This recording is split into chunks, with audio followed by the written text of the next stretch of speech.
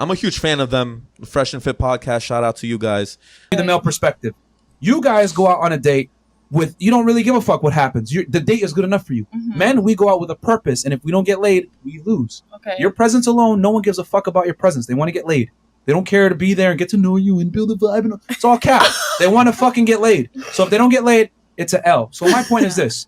Men no longer should be gentlemen when women punish guys for being gentlemen, as we just showed with Exhibit A. And I'm not saying that to pick on you. It's just that thousands upon millions of women do this in the West. And they say, I want a guy to be a gentleman. He acts like a gentleman, is nice, listens to her problem, B's the nice guy that she wants. And then what happens? Bam! No sex, curve, blocked. Oh, she went on a date, and the guy paid for her gas. The guy paid for the date. The guy paid for a lot of things.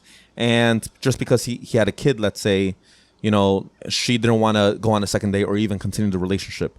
And his take was, well, he did all the gentleman things, and you didn't even give him anything. You didn't give him sex. You didn't give him a second date. You didn't give him a chance, period.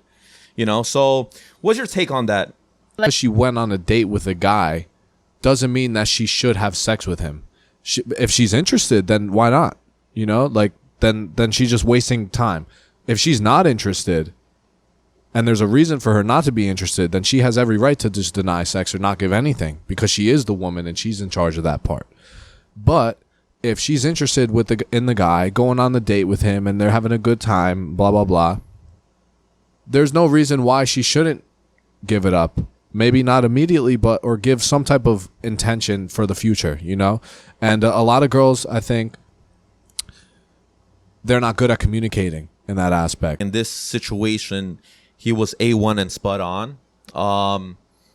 A man is not going to waste his time with a woman without the intention of having sex. Yeah, period. That's the end of the story. Just because he said it, you know, again, we disagreed a few times in this podcast, but it's okay. You know, you're my boy, bro. Right. But like, you know, he always says there's no difference between 2 + 2 = 4 and 2 + 2 = fucking 4. At the end of the day, he had a message. He delivered it. Maybe it hurt some feelings. Maybe he might get canceled. Hopefully he doesn't. Hopefully he doesn't. That podcast is, bro.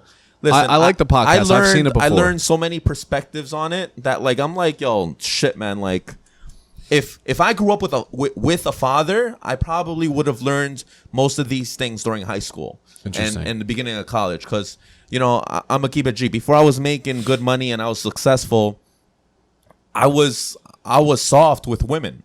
Like, I was pretty. I've been there too. I was willing to fucking wait a month. Yeah. You know, at that point, honestly, if I was literally going to be waiting around for a specific girl in 1 month, I would have been seeing other people. But I would have just been like, you know what?